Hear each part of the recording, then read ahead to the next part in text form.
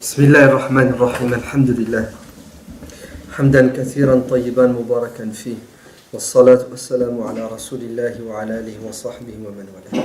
السلام عليكم ورحمة الله. Donc vous savez tous qu'hier ou avant-hier, c'était l'anniversaire du prophète Mohammed sallallahu alayhi wa sallam. Donc d'après beaucoup d'historiens musulmans, le prophète serait né le 12 du mois de Rabi' al-Awwal. Dans le calendrier arabe, on a un mois qui s'appelle Rabi', le mois du printemps. Donc le 12, un lundi. C'est ça, il est né un lundi. D'ailleurs, il est décédé aussi un lundi. Oui, d'aucuns donc vont dire on n'a pas à fêter l'anniversaire, on n'a pas non plus à s'arrêter sur ce moment, comme si la naissance du prophète sallallahu alayhi wa sallam était un événement banal. C'est faux. La naissance du prophète sallallahu alayhi wa sallam est synonyme de miséricorde, car il est la miséricorde, n'est-ce pas? Dieu dit dans le Coran, dans la sourate Al-Anbiya, wa ma arsalnaka illa rahmatan lil alamin. Nous t'avons envoyé comme miséricorde pour toutes les créatures. C'est ce que ça veut dire la miséricorde? Très bien. C'est Dieu qui tend sa corde aux êtres humains pour les sortir de la misère dans laquelle ils sont. Cette corde, qui a pour objectif de sortir les gens qui sont en train de se noyer, c'est le prophète Mohammed sallallahu alayhi wa sallam. C'est aussi le Coran. Mais le Coran a été transmis par le prophète et il a été mis en pratique par le prophète et il a été explicité par le prophète. Bon, pour accéder au Coran, pour accéder à Dieu, il faut passer par un homme qui s'appelle le messager de Dieu. D'accord ? Avec qui Dieu est entré en contact, directement ou via les anges. Donc, le prophète sallallahu alayhi wa sallam, dans le Coran, est considéré par Dieu comme la miséricorde. Vous entendez? Et d'ailleurs, lui-même, il dit à plusieurs reprises, « Je suis la miséricorde de Dieu qui vous a été offerte. » Donc, mon objectif, c'est quoi? C'est de répandre sur terre l'amour. C'est de répandre sur terre la paix. C'est de répandre sur terre la fraternité entre les êtres humains. C'est ça. Donc, ce n'est pas une naissance anodine. Vous entendez? C'est un événement, non pas sur terre, mais dans le cosmos tout entier. Sans précédent. Car tous les prophètes qui le précèdent, de Adam jusqu'à l'avant-dernier Isa, vous entendez, Jésus, tous les prophètes qui le précèdent ont cru en lui. Et ils le connaissaient. Car à chaque fois que Dieu choisissait un homme pour l'envoyer à son peuple, il lui posait une condition. Est-ce que si jamais, durant la période où tu vas prêcher la religion, si jamais j'envoie un autre prophète qui s'appelle Mohammed alayhi salam, est-ce que tu vas croire en lui? Est-ce que tu vas être son disciple? Et tous les prophètes, à l'unanimité, ont dit il est le maître des prophètes et nous tous, on le suivra. Donc c'est pas n'importe qui, vous entendez? C'est la meilleure des créatures. Ana sayyidu waladi Adam wala fakhr. Oui, le prophète sallallahu alayhi wa sallam l'a dit parce que Dieu lui a dit de le dire pour que nous le sachions, pour qu'on lui donne de l'importance. Il a dit je suis le Seigneur des fils d'Adam. Il est le plus grand, le plus noble. Pourquoi? Parce qu'il a vécu pour les autres. Vous entendez? Il a vécu pour les autres. Est-ce que vous imaginez quelqu'un qui pleure la nuit et le jour, qui se consume de chagrin parce qu'il voit les gens souffrir, parce qu'il voit les gens dans l'égarement? Ah non, on a pitié, vous êtes bien d'accord. Mais notre pitié a des limites. Ça ne nous empêche pas de dormir. On va voir quelqu'un souffrir, 5 minutes après, on va aller manger un big, c'est ça, au McDonald's d'à côté. On va regarder un film, on va rigoler. Oui, le prophète n'était pas comme ça. Le prophète ne dormait pas la nuit, tellement il pensait aux autres. Le prophète se privait pour donner aux autres. Le prophète s'est sacrifié pour les autres. Il a vécu pour l'humanité tout entière. Donc, dire que sa naissance est un événement anodin, c'est contraire aux évidences de la religion. Un jour, un compagnon le questionne et lui dit « Ô messager de Dieu, on a remarqué que tu jeûnais en dehors du mois de Ramadan, certains jours, dont le lundi. Le lundi, le prophète le jeûnait en permanence. On lui dit « Pourquoi est-ce que tu jeûnes le lundi ?» Il a dit « C'est le jour où je suis né. » Vous entendez ? C'est le jour où je suis né. C'est pour ça que je jeûne. Le hadith, il est authentique, rapporté par l'imam Muslim. Donc, ce qui veut dire que le prophète lui-même a mis en évidence, en exergue, ce jour-là. De quelle manière ? Avec des pétards ? Avec un gâteau et des bougies ? Non, en jeûnant. C'est-à-dire en remerciant Dieu, en se rapprochant de Dieu, en se privant. Pourquoi ? Parce que le prophète est conscient qu'il n'est que l'expression de la miséricorde divine. Et il est reconnaissant puisque Dieu l'a choisi pour jouer ce rôle de miséricorde. Donc il remercie Dieu. Il dit « Seigneur, gloire à toi parce que tu m'as créé et tu m'as choisi comme prophète. » Vous savez comment le prophète sallallahu alayhi wa sallam fête son anniversaire. Fête, le terme fêté, il faut le mettre de côté parce que pour nous la fête c'est synonyme de... vous voyez quoi ? Donc on va mettre le terme fêté de côté. On va dire commémorer. Commémoration. Non, on va dire comme le Coran dit, un rappel. On va se rappeler, parce que l'être humain a tendance à oublier. Et le rappel est quoi ? Il est utile aux croyants. فَذَكِّرِ النَّفَعَةِ الذِّكْرَ. Rappeler. فَذَكِّرْ إِنَّ الذِّكْرَ تَنْفَعُ الْمُؤْمِنِينَ. Rappeler aux gens les vérités, parce que le croyant est sensible. Quand tu lui fais une exhortation, un rappel. Et Dieu dit dans le Coran, وَذَكِّرْهُمْ بِأَيَّامِ اللَّهِ. Rappeler aux gens les grands événements. Le Coran les appelle les jours de Dieu.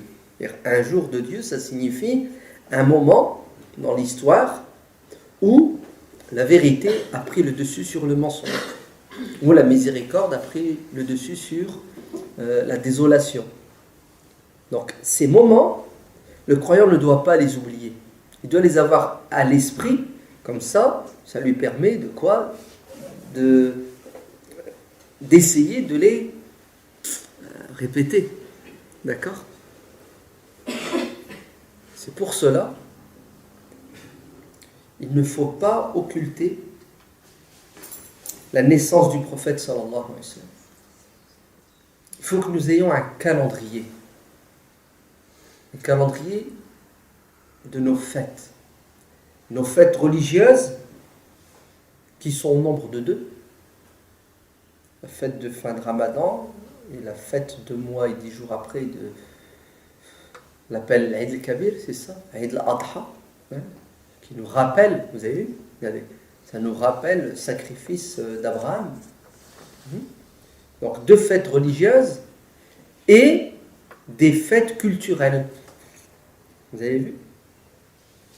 Il y a des fêtes religieuses et des fêtes culturelles. Et la culture est nécessaire. D'ailleurs, est-ce qu'il y a un être humain sur Terre qui vit dans une société qui n'a pas de culture ? Ça n'existe pas. On a tous notre culture. Parce que la culture, c'est quoi ? C'est tu vis dans un endroit, tu côtoies des gens, automatiquement, il y a des habitudes, il y a des goûts, il y a des couleurs, il y a des événements, il y a un passé. Tout ça, c'est ce qui fait l'être humain. Donc, en tant que musulman, on doit mettre en évidence des moments importants dans notre histoire musulmane pour justement transmettre à nos enfants notre religion et notre culture. Vous entendez ? Notre religion et notre culture. Les deux.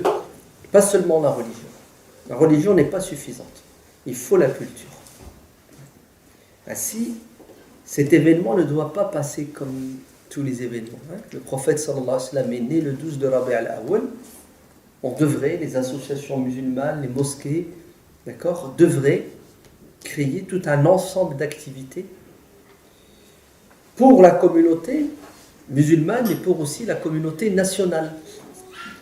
Pour la communauté musulmane, le rappel est utile, mais pour aussi éduquer les générations à venir. Parce qu'il y a beaucoup de musulmans qui ne viennent pas à la mosquée, vous le savez ça. D'ailleurs, je crois que c'est la majorité des musulmans qui ne fréquentent pas la mosquée de manière régulière. Alors, si on la majorité des femmes ne fréquentent pas la mosquée. La majorité des enfants ne fréquentent pas la mosquée de manière régulière. Donc, comment voulez-vous leur transmettre la religion et la culture musulmane si vous ne créez pas des activités à des moments précis de l'année, donc des rendez-vous forts, dans les mosquées et à l'extérieur des mosquées.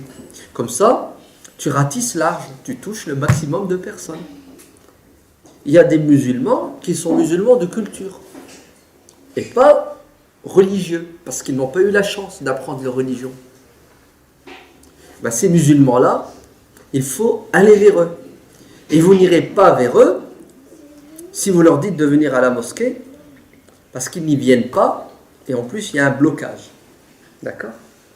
Par contre, si vous allez vers eux, et vous leur proposez des activités culturelles, ben sachez qu'ils sont demandeurs et ils sont preneurs. Et ça servira de pont, vous entendez ? Pour pouvoir justement recouvrer sa religion, la retrouver.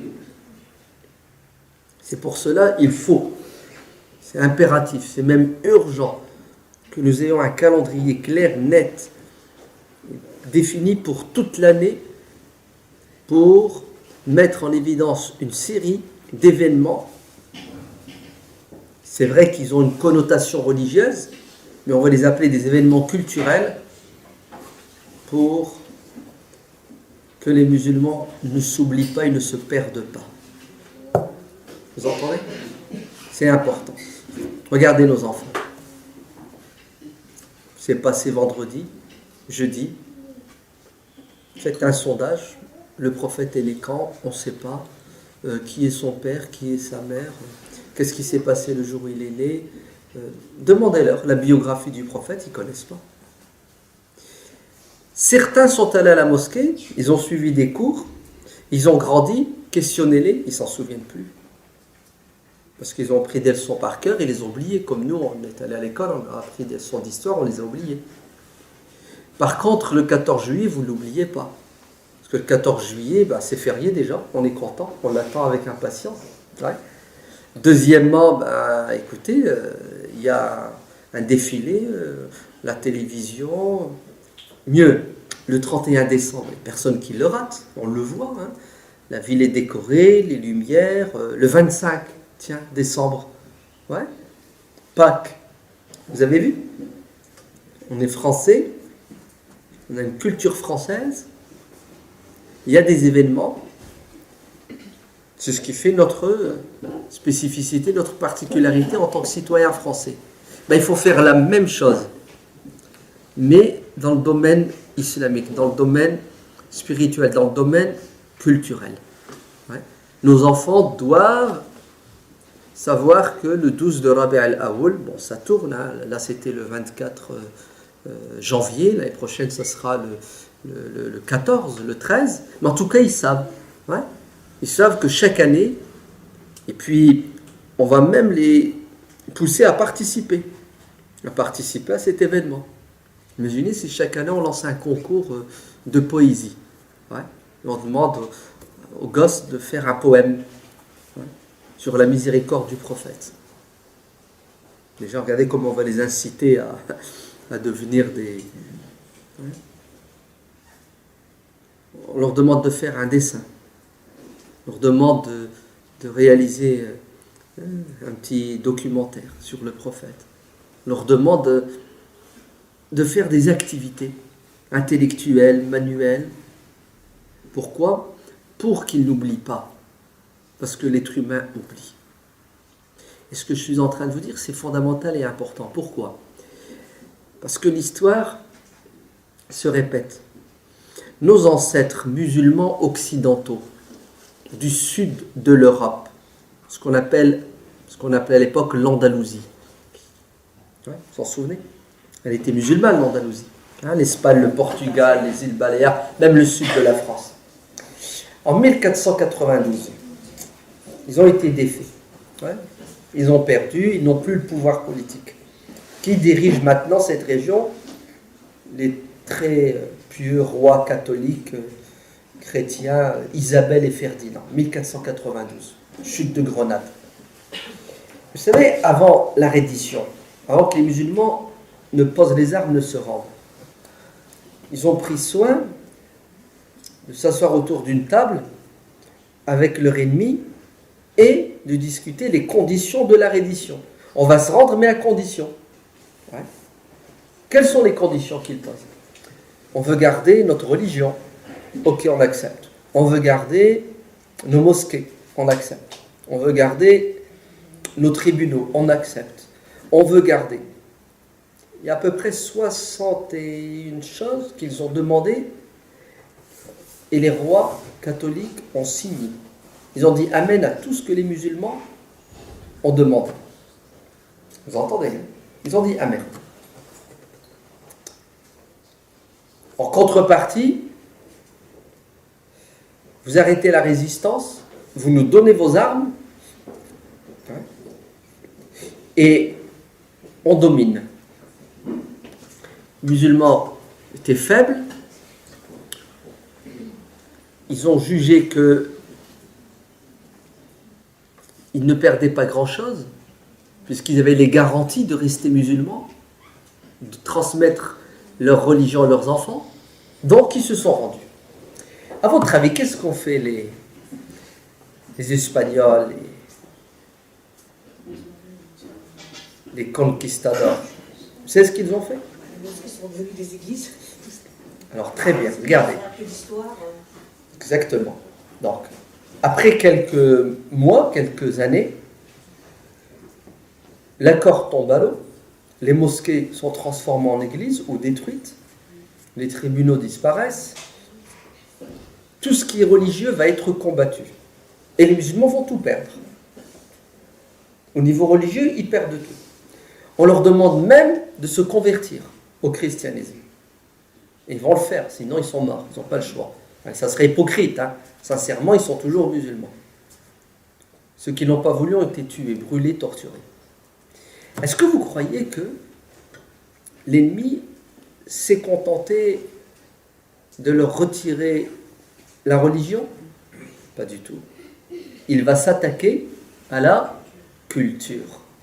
Eh oui. Regardez ce qu'il va leur interdire. Il va leur interdire leur tenue vestimentaire. Ils avaient une mode, que ce soit les femmes ou les hommes. Les femmes ne peuvent plus s'habiller comme elles s'habillaient jadis, et les hommes non plus. Ils doivent arborer le costume de qui? Du vainqueur, du dominateur. Et des trucs bizarres, tu dis, mais ils sont bêtes pour qu'ils interdisent ça, ils sont très intelligents. Ils vont même interdire aux femmes de se maquiller. Elles utilisaient du henné, henna. Ouais, interdit. Plus de henné. Ils vont même leur interdire, vous savez quoi? Leur musique. Ils avaient une musique particulière. Mieux, ils vont même leur interdire leur cuisine. Ouais, vous ne pouvez plus manger ça. Ils vont même leur interdire, vous êtes prêts? Leur langue. La langue qu'ils parlaient, interdit. Regardez, tout doucement. On va les acculturer. On va leur retirer tout ce qui peut leur rappeler, de près ou de loin, l'essentiel, la religion. Alors, qu'est-ce qu'ils faisaient? Ils pratiquaient leur religion en cachette. Ils ont fait des mosquées sous terre. Vous entendez? Sous terre, hein? Ils avaient des imams, on les appelait El-Fakiyes, qui vivaient sous terre. Ils ne sont jamais sortis. Ils n'ont jamais vu le jour. Ah oui, ils sont morts. S'ils sortent, ils sont morts. Et on a envoyé des enfants et qui vivaient sous terre. les Corans étaient cachés, on les sortait de temps en temps, on les lisait en cachette. Et tout ça, l'ennemi, avec le temps, il a des espions, les enfants parlent, sont questionnés en permanence par le curé du village, parce que les petits musulmans devaient aller à l'église, devaient aller au catéchisme. J'ai oublié de vous dire, ils leur ont changé leur prénom et leur nom. Fini les Mohammed, les Fatima. C'est Miguel et c'est Juan et tout ce que tu veux. C'est ça, les prénoms. Tout ce qui leur rappelle leurs origines musulmanes est combattu. Et s'ils prenaient quelqu'un en flagrant délit de pratique de la religion ou de la culture, il était mort. C'est-à-dire, si jamais vous faites attraper le vendredi, attendez, regardez le crime. Le vendredi, tu t'es fait attraper par la police, l'inquisition, ça s'appelle. Qu'est-ce que tu as fait vendredi? C'est quoi le crime? Manger de la viande? Non. Non. Oui. Tu t'es lavé. Tu t'es lavé. Vendredi, tu t'es lavé, t'es mort. Arrêté, jugé, condamné à mort. Ben oui, les musulmans se lavent pourquoi? Pour faire la prière. Ils ont arrêté un musulman mskin, il fabriquait des briques. Donc il était en permanence dans la poussière. Donc il s'est lavé, c'est normal, il est sale. Ils ont dit non. Tu t'es lavé parce que c'est vendredi pour faire la prière du vendredi en cachette et il a été jugé, condamné à mort. Pendu. Et en 150 ans, ils ont réussi à éliminer une communauté qui avait 800 ans. Quand je vous dis 150 ans, c'est-à-dire ils ont réussi à rester musulmans tant bien que mal.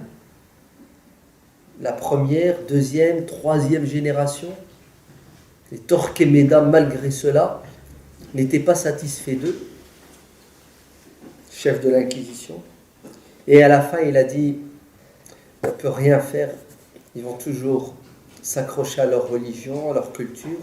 La seule solution avec eux, c'est de les extrader, de les déporter, la déportation.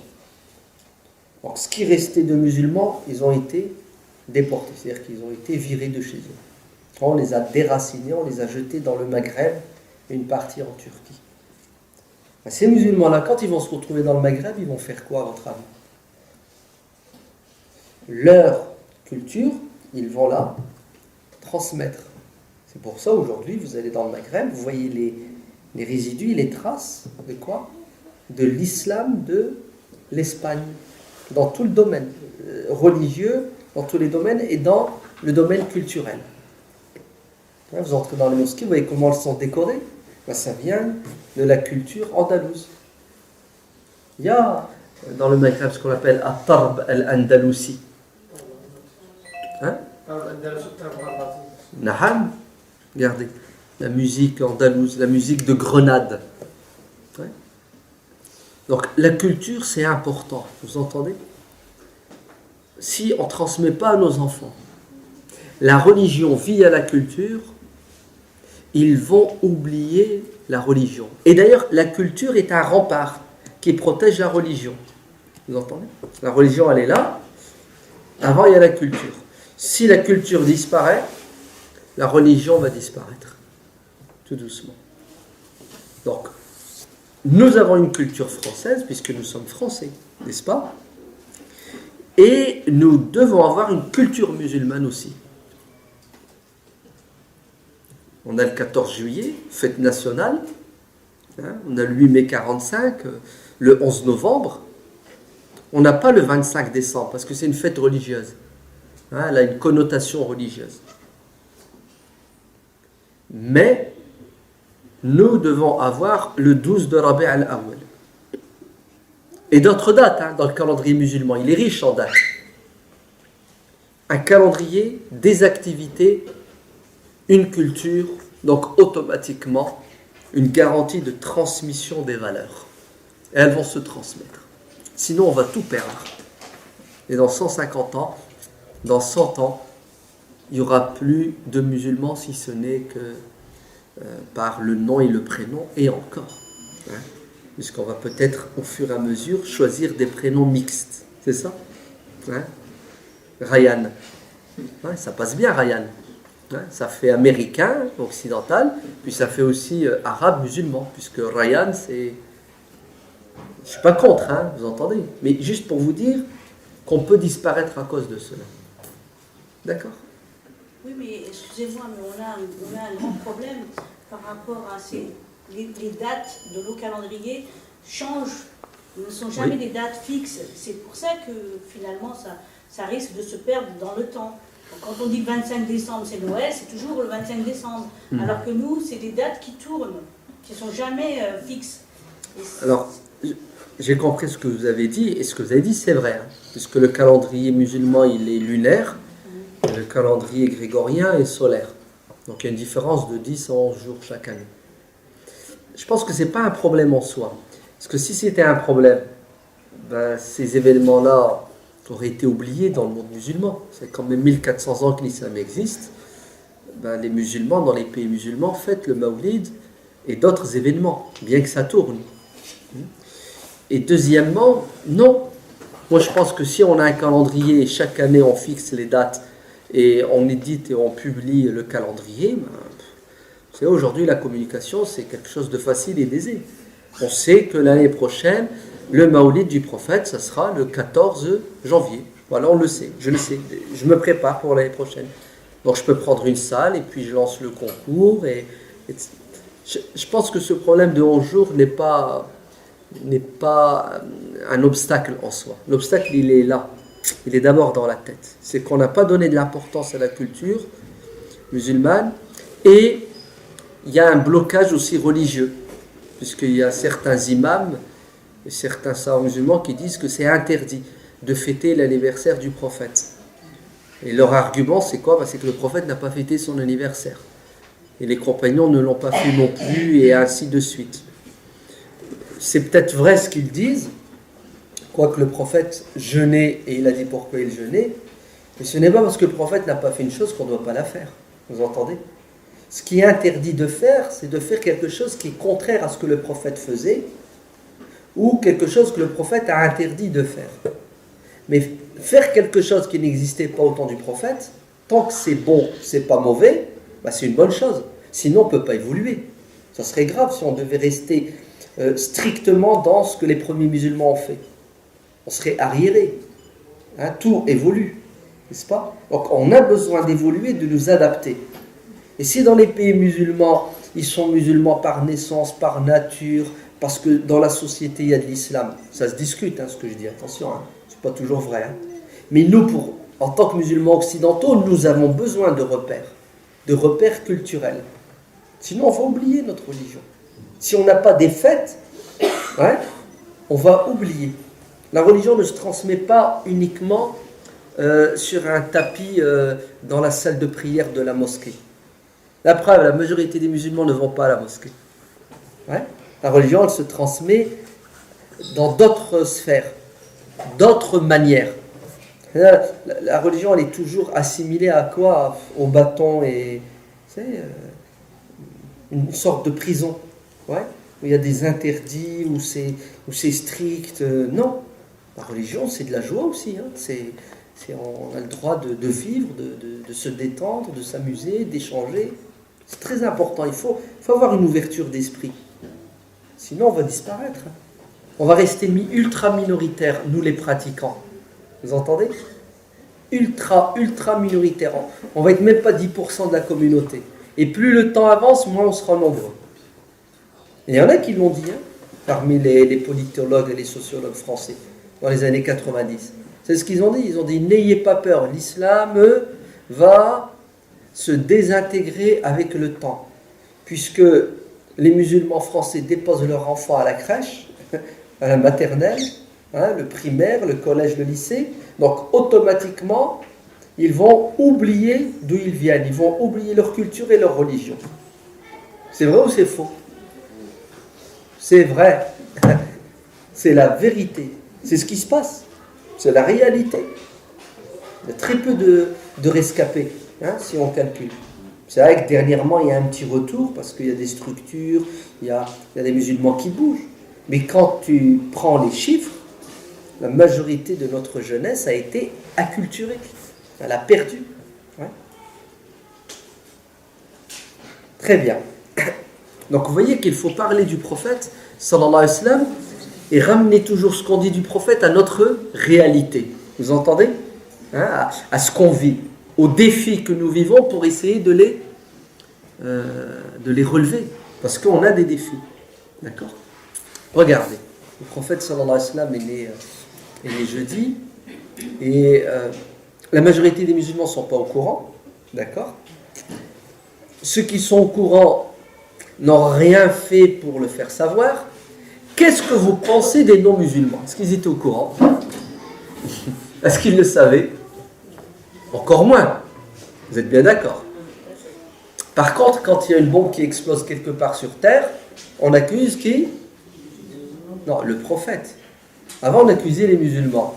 On accusait Ben Laden, on accusait le Mollah Omar. Mais maintenant, on accuse directement qui? Le prophète de l'islam. Qu'est-ce qui s'est passé c'était le 2 janvier?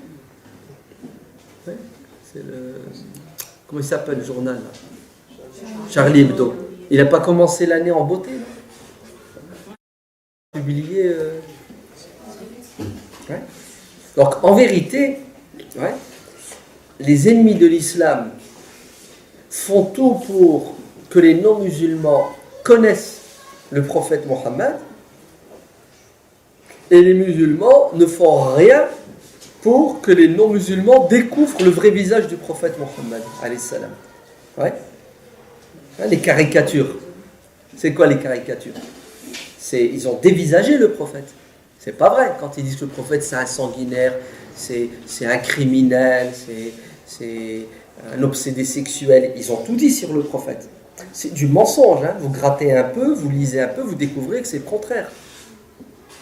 Très bien. Eux, ils créent des événements, ils utilisent les moyens modernes, la télévision, les journaux, Internet, même les grandes affiches. Ils font des films, tiens, au passage, non? Pour que les gens fuient et peur du prophète Mohammed alayhi salam, et nous, aucune réaction. Rien du tout. Regardez, la naissance du prophète est passée, et on n'a rien fait pour aller vers les non-musulmans pour leur dire voilà qui est le prophète. Alors il y a quand même quelques musulmans qui ont fait quelques actions. Il y a un collectif qui s'est créé, et vous savez ce qu'ils ont fait? Ils ont distribué un livre qui s'appelle Le vrai visage du prophète Mohammed. C'est ça? Ouais, il a été créé par un homme très intelligent qui s'appelle Nourdin Aoussat. Ouais. C'est les premières caricatures danoises. Vous vous en souvenez, là, il y a combien? Il y a 10 ans. Certains musulmans ont réagi intelligemment. Qu'est-ce qu'ils ont fait? Dans ce frère, Nourdin, il a écrit un livre où il répond aux accusations. Il s'est érigé en avocat. Il est devenu l'avocat du prophète alayhi salam. Il a écrit ce livre et il a démarché des gens qui ont financé l'édition du livre, si bien qu'il l'a distribué gratuitement. Et l'objectif, c'était que ce livre soit dans toutes les chaumières. Il a essayé de distribuer au maximum de non-musulmans ou de musulmans qui connaissent peu le prophète alayhi salam. Donc ils ont fait des actions dans des gares où ils distribuaient le livre. Pourquoi? Pour que les non-musulmans entendent un deuxième son de cloche, puisque Charlie Hebdo nous a publié une pseudo-biographie du prophète. Ces musulmans ont publié une vraie biographie du prophète. C'est intelligent quand même. Ouais. Il aurait été souhaitable que dans toutes les mosquées de France, hier ou aujourd'hui, samedi, on est dans l'anniversaire du prophète, que toutes les mosquées fassent une journée porte ouverte et invitent les non-musulmans. D'accord?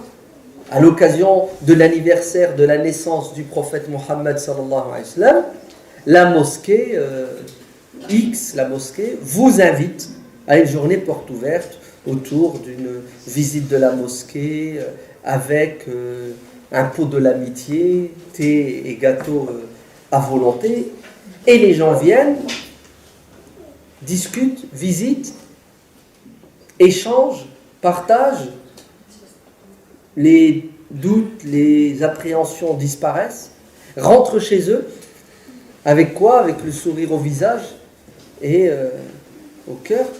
Mais non, les musulmans n'ont pas cherché à faire, n'ont pas fait. En fait, ils n'y ont même pas pensé. Ouais. Par contre, on a eu des discours du vendredi qui parlent de quoi? La grandeur et la noblesse du prophète, sallallahu alayhi wa sallam. Vous avez vu? Les imams ont parlé, mais ils ont parlé à qui? À des musulmans qui sont déjà convaincus. Vous entendez?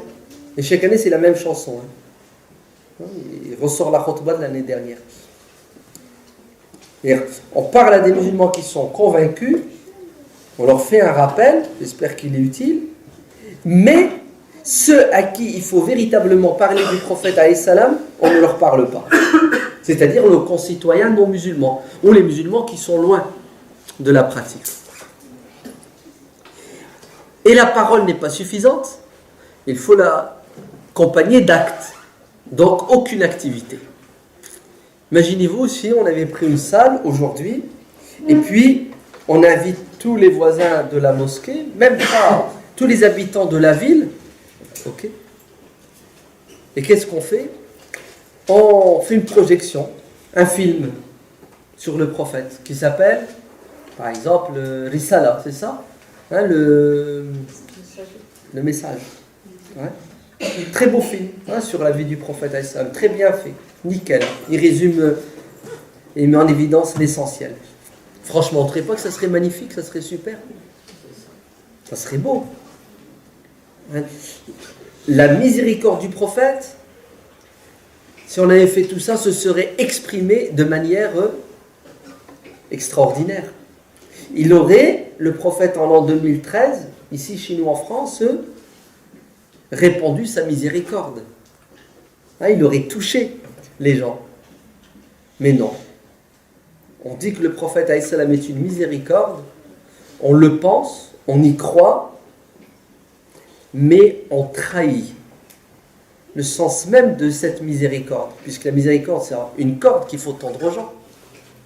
Si le prophète était vivant parmi nous, il ferait quoi à votre avis? Il serait enfermé dans la mosquée? Il serait avec les Arabes? Il aurait fait un petit club fermé, il boirait du thé avec ses potes. Non, c'est ce qu'il aurait fait le prophète alayhi salam. Il irait vers les gens. Parce que c'est ce qu'il a fait de son vivant. Il allait vers les autres. Pas les Arabes.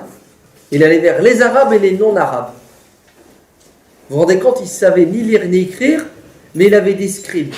Allez, je vais envoyer un message au roi perse. Vous vous rendez compte? Un message. Il a le souci d'interpeller les grands du monde. Le roi byzantin, celui qui dirige l'Égypte, le Yémen.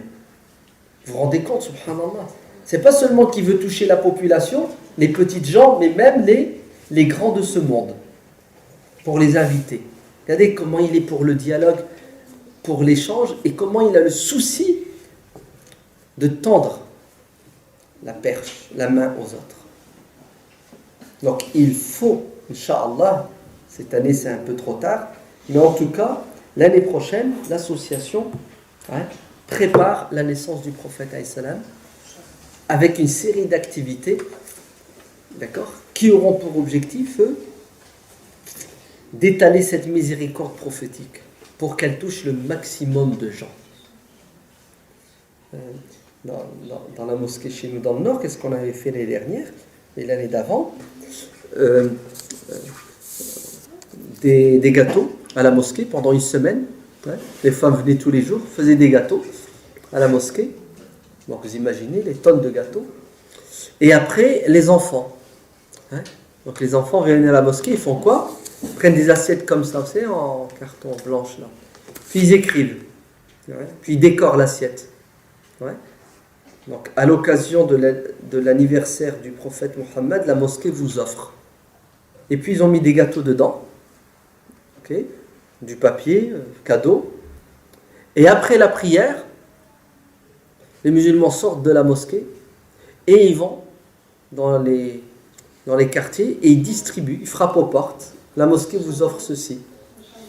Oui. Alors certains réagissaient, on vous doit combien? Parce qu'aujourd'hui tu donnes, c'est bizarre. Ouais.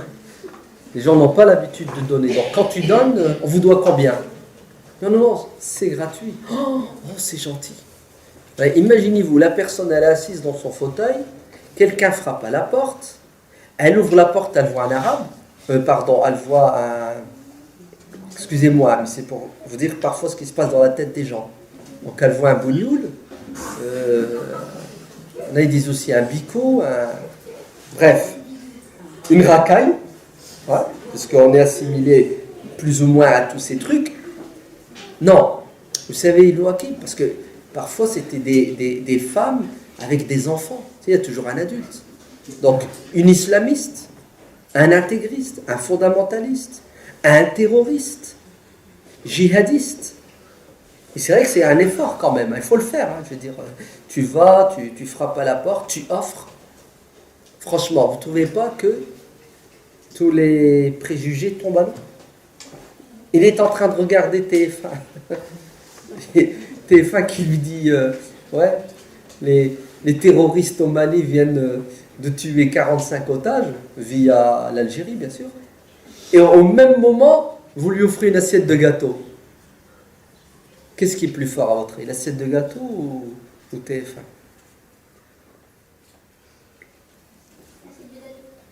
Oh, magnifique. Tout à fait. Ah oui. Ce sont les actes qui laissent des traces indélébiles, pas les paroles. Les paroles, elles s'envolent.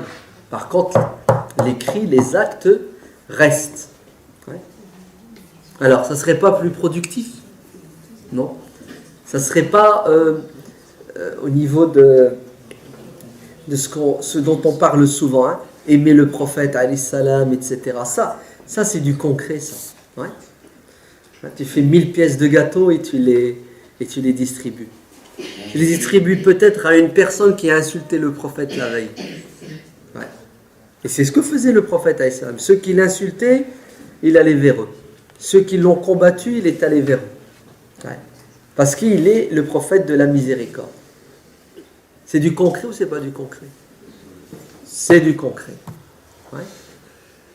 Troisièmement, ouais. Si le prophète sallallahu alayhi wa sallam était présent aujourd'hui, non, si les compagnons du prophète étaient présents aujourd'hui, parce que certains vous disent, ouais, les compagnons du prophète n'ont pas fêté l'anniversaire du prophète, donc on ne doit pas le fêter parce que c'est une bid'a, c'est une innovation, et toute innovation est égarement. Et tout égarement mène automatiquement à l'enfer. Très bien. Dites-moi, effectivement, les compagnons du prophète n'ont pas fêté l'anniversaire du prophète. Mais si les compagnons étaient vivants parmi nous aujourd'hui, est-ce qu'ils l'auraient fêté? Écoutez, il y a deux réponses. Peut-être bien que oui, peut-être bien que non. Ok? Et j'ai envie de vous dire, peu importe la réponse, oui ou non, ça ne m'intéresse pas. Mais en tout cas, je suis sûr d'une chose. Si les compagnons du prophète étaient vivants parmi nous aujourd'hui, en 2013, ici en France, ils ne seraient pas restés les bras croisés, alors que leur prophète qu'ils aiment se fait insulter matin, midi et soir. Comme nous restons les bras croisés et on ne fête ni l'anniversaire et on ne prend pas sa défense, alors qu'on prétend l'aimer. Et qu'on veut faire sa sunna et ne pas faire de bid'a. Du vent, tu fais rien du tout et tu n'as même pas 1/10 de ce que les compagnons avaient, c'est-à-dire le sens de l'action. C'est ça le problème des musulmans aujourd'hui, tout simplement. c'est que ils ont peut-être la bonne intention, ils ont peut-être des bons sentiments, et ils ont beaucoup de blabla, mais quand il s'agit d'agir, bizarrement, il n'y a plus personne, il n'y a plus rien. Alors je suis sûr que si les compagnons étaient présents aujourd'hui, vous savez ce qu'ils auraient fait? Ben, ils auraient sans doute édité un journal comme Charlie Hebdo. Eh oui, pour répondre à Charlie Hebdo. Ils auraient même fait un film pour répondre au film qui a été fait. Ils auraient même créé une chaîne de télévision en français pour répondre aux différentes chaînes de télévision qui insultent leurs prophètes. Ils auraient utilisé les mêmes armes qu'utilisent les ennemis du prophète pourquoi? Pour défendre leur prophète. Logique ou pas logique? Ils auraient utilisé le portable, Internet.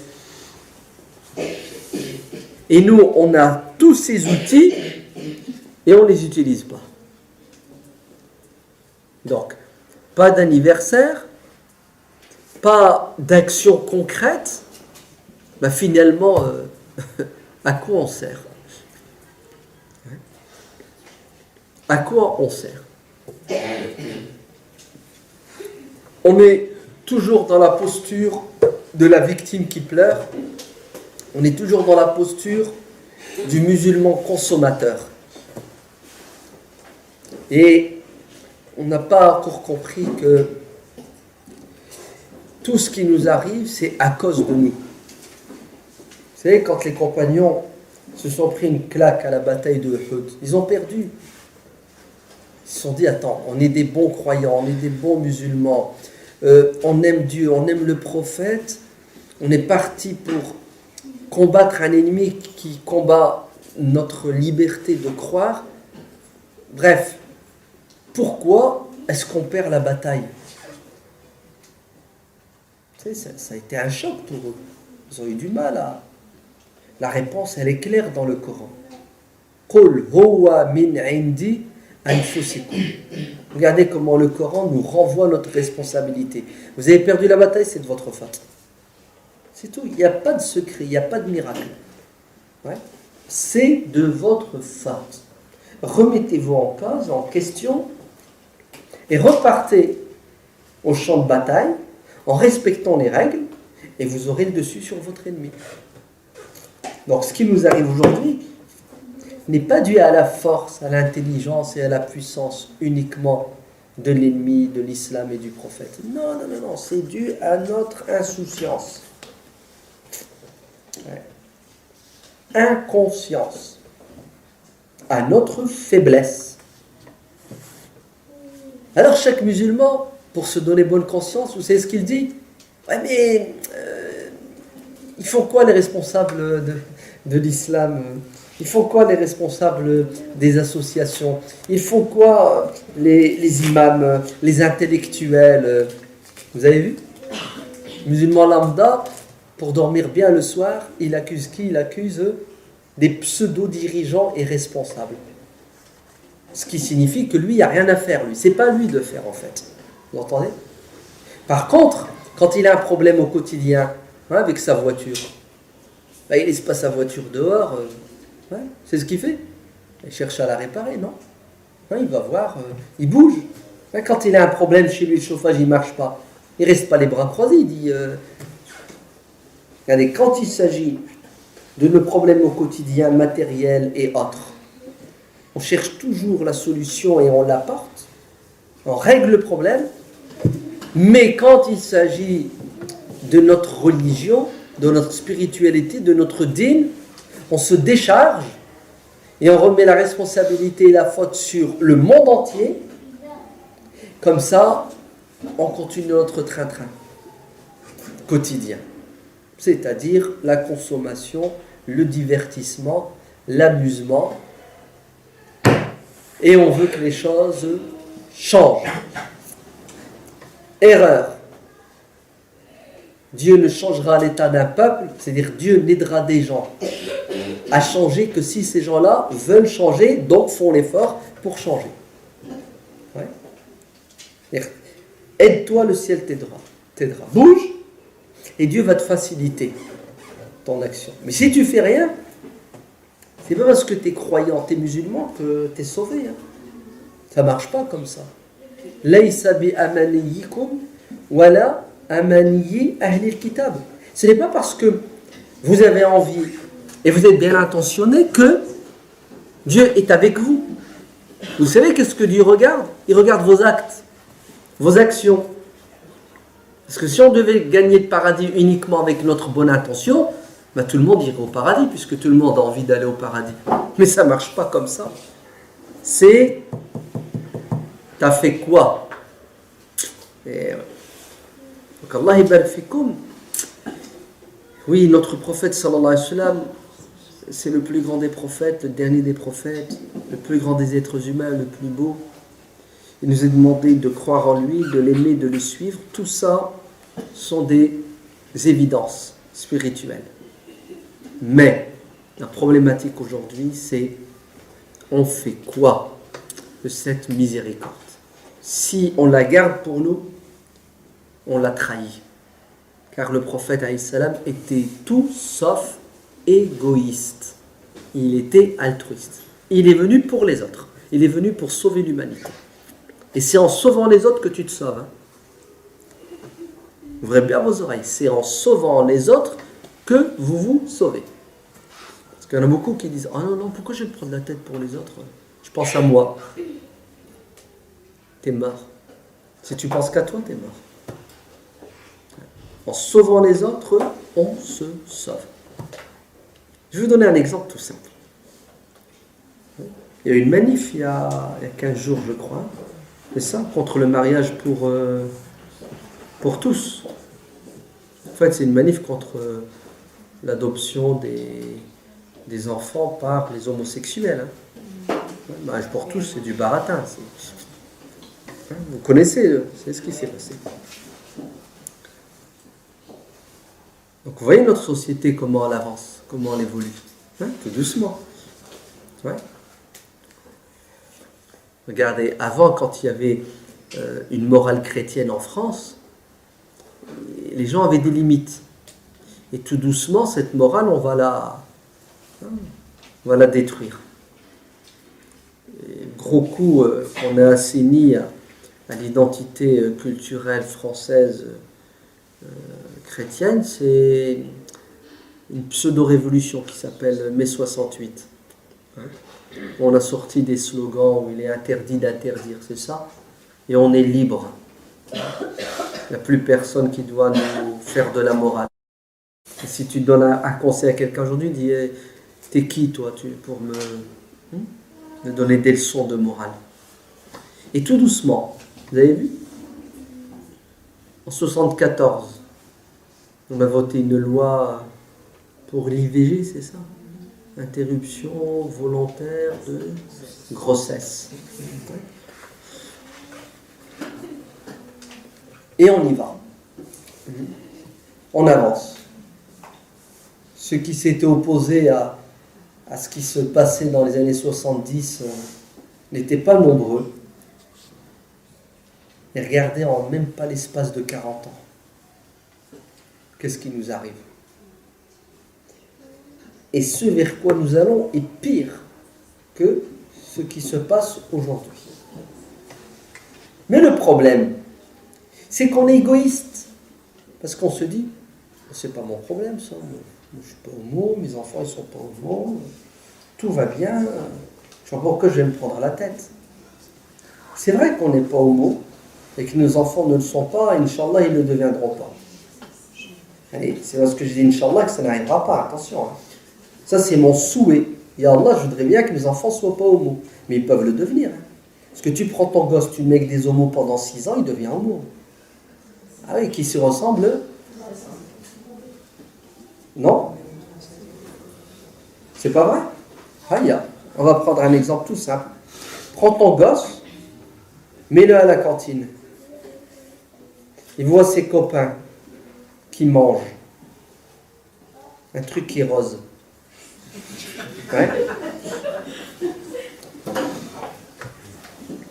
Une fois, à la maison, sa mère elle lui a dit, nous on mange pas ce truc-là.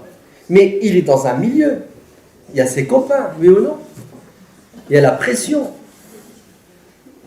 Même peut-être celle qui lui sert le repas, sans faire exprès, va lui mettre un petit morceau. Il ne sait pas dire non, il y a honte, il est gêné. Là, mais vous croyez que nos gosses à la cantine, ça leur arrive pas de... Bon, ils sont innocents, vous le savez bien. Mais dans la réalité, c'est ce qui se passe. C'est ce qui se passe, hein. Ne rêvez pas. Hein. Bon, laisse le rose. Non, on a quand même de la viande halal et de la viande non. 90% des gosses qui sont à la cantine ou dans les centres aérés, les centres sociaux, mangent de la viande qui n'est pas halal. Vrai ou faux? J'invente pas. Vous savez qui s'y ressemble? Très bien. Le gosse, il a 6 ans, il a 8 ans.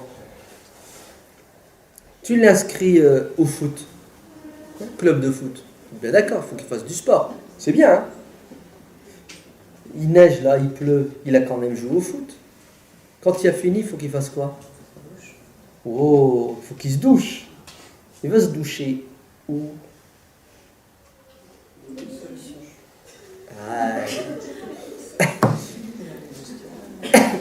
Ouais, il va pas se doucher à la maison, il va se doucher sur place. Et sur place, ça se passe comment? Il y a 40 ans, nous quand on était petits, dès que l'arbitre sifflait, on courait comme des malades. Vous savez pourquoi? Pour être le premier à la douche. Parce qu'il y avait 8 douches et on était 30. Puis c'était la bagarre. Hein. Ouais, c'est moi le premier, c'est moi le premier. Et bien ils ont résolu le problème. Vous savez comment ils l'ont résolu? Ils ont enlevé toutes les cloisons. Et ils t'ont fait une grande douche. Magnifique. Elle fait 16 mètres carrés. D'accord? Et les gosses prennent la douche ensemble. Et à votre avis, ils sont dans quel état quand ils prennent leur douche? Non, c'est fini. Ça, c'est ma génération. Ça, c'est ma génération. Ils prennent leur douche nus. Vous savez ce que ça veut dire, ça? C'est-à-dire le gosse a 6 ans, 8 ans, 10 ans. Tu as tué en lui la chose la plus importante chez un être humain, la pudeur. Et voilà. Moi, je me souviens quand on était gosse, quand tu voulais aller aux toilettes, hein, en maternelle, il y avait toilette fille, toilette garçon. Maintenant, ils ne se cassent pas la tête, certaines maternelles. Ils ne se cassent pas la tête. Et c'est la même chose. Les toilettes ne sont pas individuelles, hein. C'est des petits pots, sont tous des cuvettes. Allez-y, rentrez, vous allez voir. Les cuvettes, elles sont là. Et les gosses, à 5 ans, tous ensemble, il ne reste plus qu'à taper la discussion et à prendre le temps.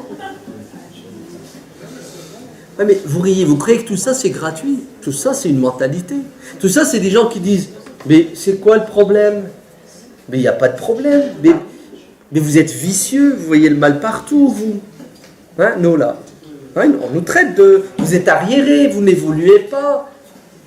En vérité, c'est un mode de vie, c'est un mode de pensée. Non, c'est pire. C'est une stratégie qui a pour objectif, tout doucement, à quoi? À transformer l'être humain en animal, tout simplement. Bien sûr. Plus de pudeur, plus de limites. Je suis libre et il t'est interdit de m'interdire. Je fais ce que je veux. Regardez le résultat aujourd'hui. Et si vous croyez que nos enfants ne vont pas être atteints, vous rêvez. Nos enfants vont être... Vont, c'est du futur proche, c'est ça? Excusez-moi, il faut que je revoie ma conjugaison. Nos enfants ont déjà été contaminés à des degrés différents. Mais la contamination, elle est là. Elle est là. Le problème, c'est quoi? C'est qu'on est égoïste. Si on pense qu'à nous, et on pense que ça n'arrive qu'aux autres. Donc, on ne s'engage pas dans l'éducation de nos enfants au niveau des associations de parents d'élèves. On n'est pas présent dans les écoles pour dire stop, arrêtez le massacre, là. Les gosses ont besoin de repères, ils ont besoin de limites. Comme on n'a pas été présent et on n'est pas présent, alors nos enfants grandissent, ouais, et sont dilués dans cette société qui malheureusement va plus vers la débauche. Hein. Alors,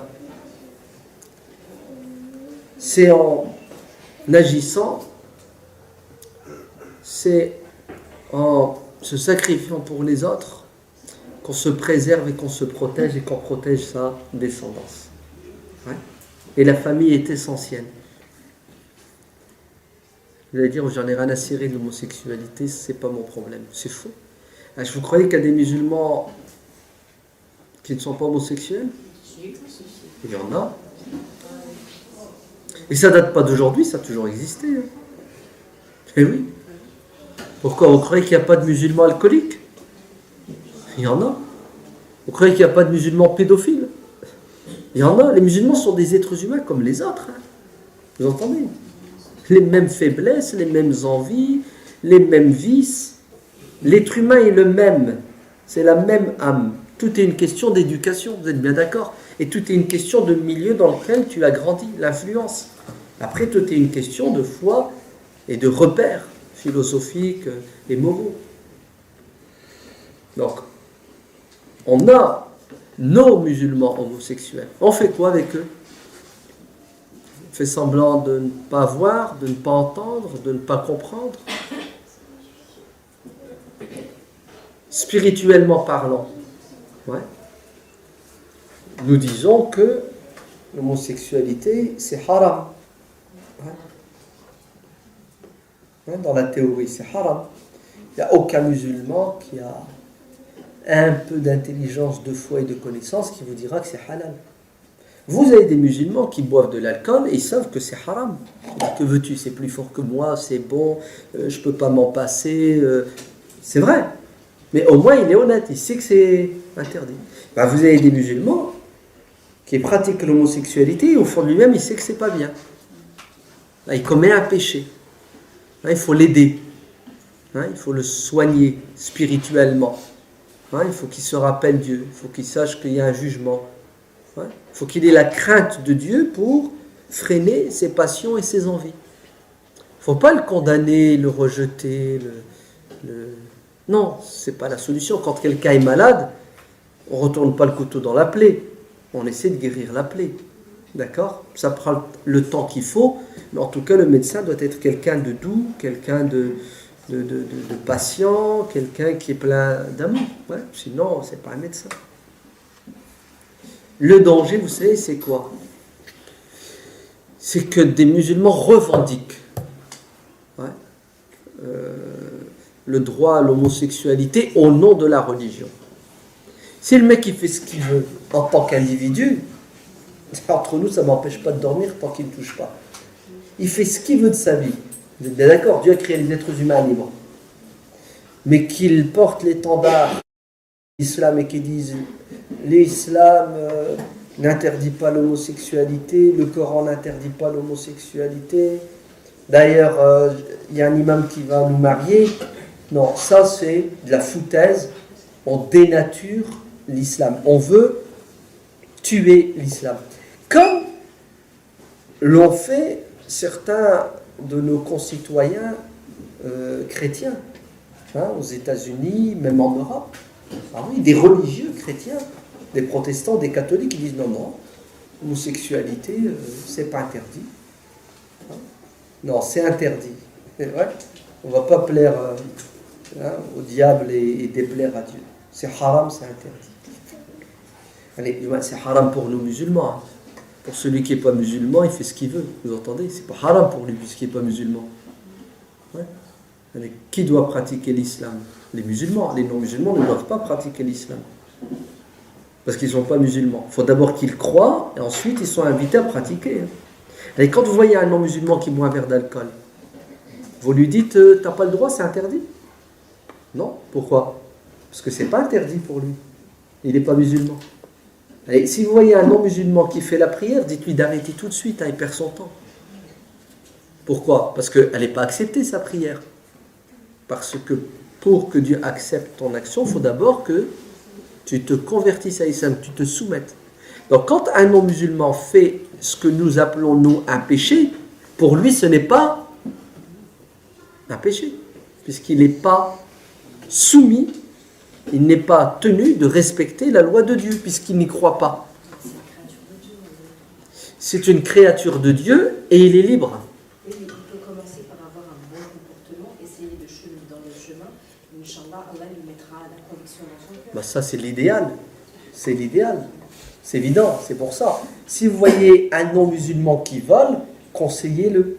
Dites-lui d'arrêter de voler, parce que c'est pas bien, parce qu'il fait du mal, et c'est aussi du mal. Hein?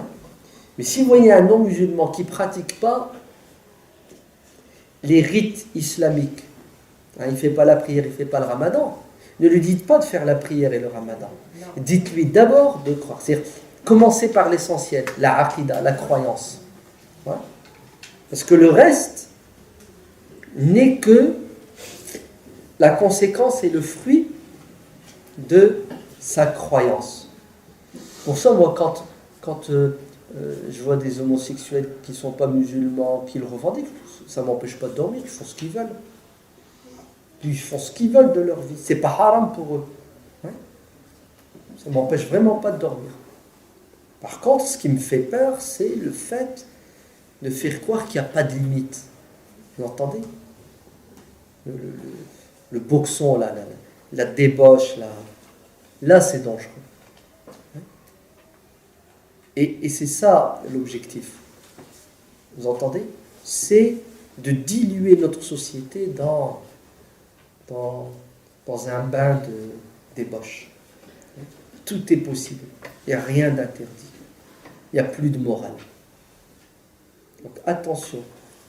Si le prophète Mohammed sallallahu alayhi wa sallam était présent parmi nous, il ne resterait pas les bras croisés. Il agirait.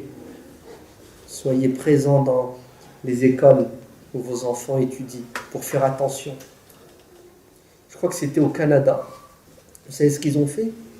Dans les cantines, dans les crèches et les primaires, ils ont distribué aux écoles des... Comment ça s'appelle là, ce qu'on met en dessous d'une assiette? Des sets. Voilà. Et vous savez c'était quoi? Parfois c'est de la pub. Hein. Coca il les distribue. Non, là c'était un set et c'était une petite bande dessinée. Ouais. Deux poissons garçons qui s'aiment. Ouais. En fait c'était une pub pour l'homosexualité. Vous avez vu?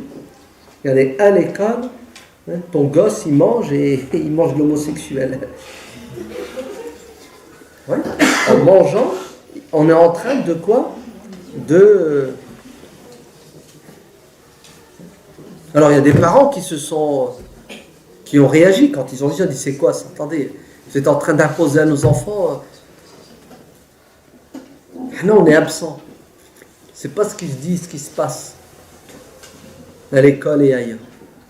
Et si on se défend pas, si on réagit pas, on va avoir des surprises. Des surprises graves. C'est contre nous, hein. Qu'Allah nous préserve et nous protège. Hein. Parce que demain, ton gosse il grandit, il dit je vais aller me marier. C'est pas clair. Hein. Ah non, c'est du domaine de l'arrêt cardiaque direct. Ouais. Allah yahfadna, qu'Allah nous préserve et nous protège. Et Dieu nous préservera et nous protégera si on bouge. Si on fait rien, on sera livré en pâture. Positive quand même, Ah, moi je suis optimiste, mon frère. La preuve, je suis là. Si j'étais pessimiste, je me serais suicidé déjà. Ou si je ne me suicide pas, je m'enferme chez moi et je me protège. Ben non. L'avenir est glorieux, Inch'Allah. Ouais. Mais, ce n'est pas uniquement lorsqu'on a justement l'optimisme que les choses changent. Ouais. Les choses vont changer grâce à deux choses. La foi et l'action. Alladina amanu wa amilu as-salihat. Il faut y croire et il faut agir. Si tu y crois, tu n'agis pas, ça ne marche pas. Ouais.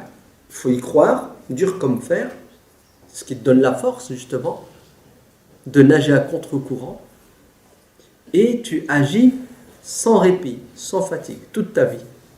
Sème et tu verras. Un jour ou l'autre, il y aura des fruits. Donc, il ne faut pas être pessimiste, mais il faut tirer la sonnette d'alarme. Ah oui, moi je vous dis, tirez la sonnette d'alarme. Ouais. Réveillez-vous. Parce qu'il y en a qui ne dorment pas. Matin, midi et soir, ils bossent. Les 3-8. Ouais. Pour nous faire sortir de ce qu'on a de plus précieux. À vous la parole. On est en France, c'est la liberté d'expression.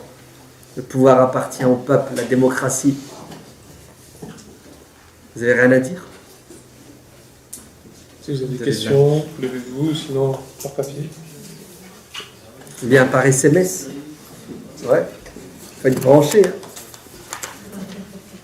Bon. On va sortir les outils parce que.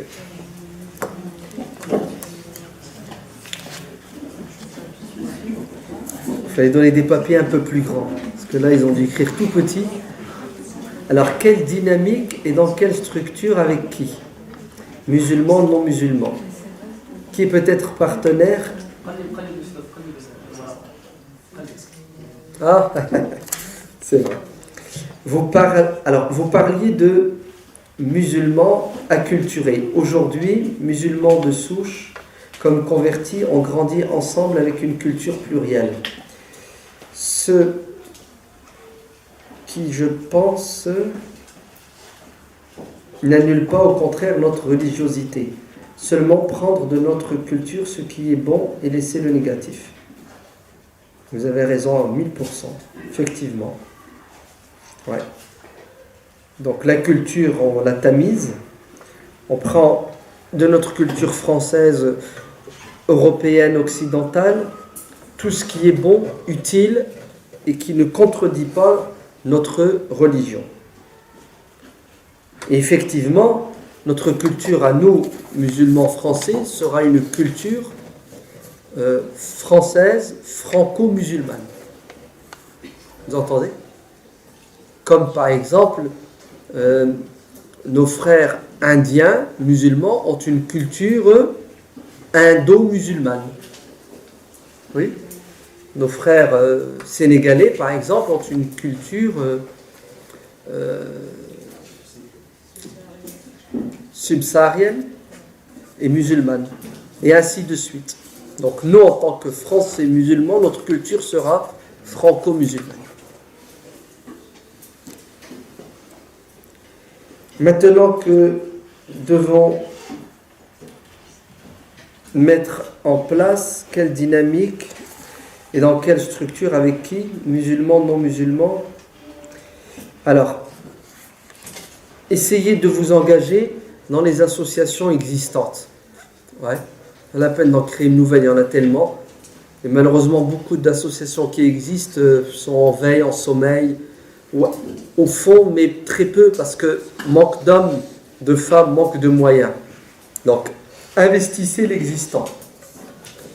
Si vous avez une mosquée, investissez-vous dans la mosquée. Si dans la mosquée, vous n'arrivez à rien faire parce qu'elle est dirigée par des gens qui sont bloqués, allez voir les associations qui existent à l'extérieur de la mosquée, culturelle, et apporter de l'eau au moulin de cette association pour l'intérêt général. Et il y en a beaucoup. Et s'il n'y a rien dans votre quartier, dans votre ville, créez l'association. Hein? Un groupe, mettez-vous d'accord sur les objectifs, ayez les mêmes intentions, et puis faites peu qui dure dans le temps, et vous verrez que vous allez faire avancer les choses. Maintenant, le partenariat, il est nécessaire. Il ne faut pas rester enfermé entre nous, entre musulmans. Hein? Il faut faire du partenariat avec les non-musulmans, parce que, quelque part, on a le même objectif. On veut l'intérêt général. On veut faire du bien aux autres, et on veut que les autres nous fassent du bien. Et on veut ensemble combattre le mal, hein, qui nous empêche de vivre heureux. On est dans un même bateau. si on se serre pas les coudes, on va tous couler.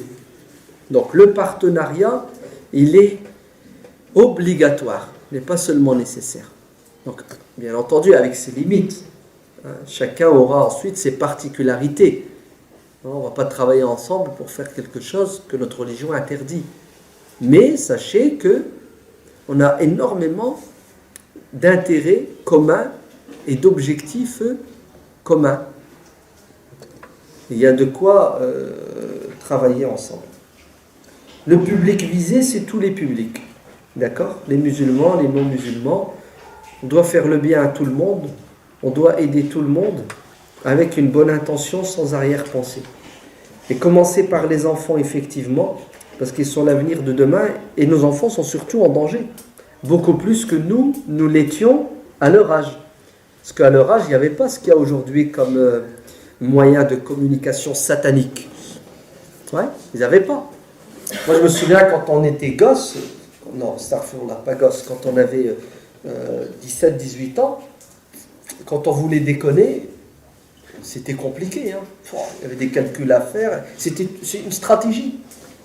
C'était combien de jeunes passaient par la fenêtre pour sortir, d'accord, dans les ténèbres, les rendez-vous, oh là là, digne d'un film d'espionnage. Hein? Papa qui surveille, maman, grand frère, même le chat et le chien surveillaient les enfants à l'époque. Ouais. Et si tu voulais aller en boîte de nuit, pour ceux qui y allaient, c'est l'autre bout du monde, 40 km. Je parle de Noix, dans la campagne. Vous, ici, en Ile-de-France, malheureusement, c'est plus proche. Mais à l'époque, il fallait trouver la voiture. Après, il fallait trouver l'argent pour payer l'essence, parce qu'il fallait... chacun. C'était pas évident. Ensuite, il fallait rentrer avant que le paternel se réveille. Et il fallait enlever les mauvaises odeurs. La cigarette, l'alcool... C'était hyper compliqué d'entrer en contact avec le monde de l'interdit, de la débauche. Aujourd'hui, le gosse, il est dans sa chambre, au chaud, allongé, lumière tamisée, il ouvre son PC, il ouvre son téléphone, et c'est interactif. Vous entendez ? Il voit ce que toi, tu ne peux même pas t'imaginer. Nous, là, à notre âge, les vieux, les fantasmes, qu'on ne peut même pas avoir, le gosse, il les a vus, il les a entendus, il les a vécus, il les a ressentis. C'est terrible ce qui se passe aujourd'hui. Tout ça grâce à Internet, grâce aux abonnements illimités, etc. Donc il faut bouger. Il faut bouger. Les gosses à 12 ans, ils sont au courant de tout, ils ont tout essayé, ils ont tout vécu, ou ils veulent tout vivre. Parce que la délinquance, elle est de plus en plus jeune. Ce qui se passait avant au lycée se passe aujourd'hui au collège. Vous entendez ? Et demain, ça va être au primaire. Ça va commencer avec la CM2, ça va descendre. Nous devons avoir une vision à long terme, à très long terme, effectivement. Et oui, comme tu dis, 20, 30, 40, 50 ans. Bien sûr. Et le champ d'action est très vaste. Mais il ne faut pas rester les bras croisés. Il faut commencer petit. Et vous allez voir qu'on va grandir. Mais tout le monde. La problématique, c'est que chacun pense que quelqu'un d'autre va faire à sa place et lui, il va venir, il va récolter les fruits. Dans un souci de préservation de sa foi ou de sa religion, on ne marche qu'entre nous, ne parle qu'entre nous, ce qui conduit à un communautarisme et même une pathologie telle que la paranoïa ou la schizophrénie, et pire encore le mal-être, le dégoût de la vie et même la haine du non-musulman. C'est vrai à 1000%. C'est vrai, On se renferme, on est déjà renfermé, on vit entre nous, on n'a pas d'échange, de contact, on n'est pas dans les associations, on n'est pas dans les partis politiques, on n'est pas dans les syndicats, rien du tout. On va vers l'autre uniquement par pur intérêt. Une fois qu'on a ce qu'on veut, fini. Même avec les voisins, il n'y a pas d'échange, il n'y a pas de relation. C'est un bonjour, quand tu le croises, tous les 5 jours dans la cage de l'ascenseur. C'est vrai? Et encore. Et encore. Et parfois, c'est silence, on tourne. Et c'est mortel. Une société individualiste est une société qui va vers sa perte. Pourquoi la France est un grand pays, un beau pays? Parce qu'il a été construit tout au long de son histoire moderne par des gens qui avaient un esprit altruiste. Vous savez, tous les droits dont on jouit aujourd'hui, que ce soit la Sécu, ou que ce soit la CAF et tout ce que vous voulez, ben c'est grâce à des gens qui se sont battus, qui pensaient aux autres. Et ça a été plus ou moins perdu. On dirait qu'aujourd'hui, on profite de ce que les anciens ont fait, ont construit. Mais à un moment donné, il n'y aura plus rien à gratter. Vous le savez, ça. Hein, la caisse, si tu prends et tu ne remets pas le compte, tu le vides, tu ne l'approvisionnes pas, ben, tu es à découvert. Hein. Et après, la banque, qu'est-ce qu'elle fait? Elle te vire. Elle te vire. C'est ce qui va nous arriver. Vous allez voir. Donc on a intérêt de quoi d'assumer notre citoyenneté. Et les principes de notre pays, hein, le triptyque, là, liberté, égalité, fraternité, on a intérêt de les mettre en pratique. Sinon, vous allez voir, quand l'égoïsme va prendre la place de la fraternité.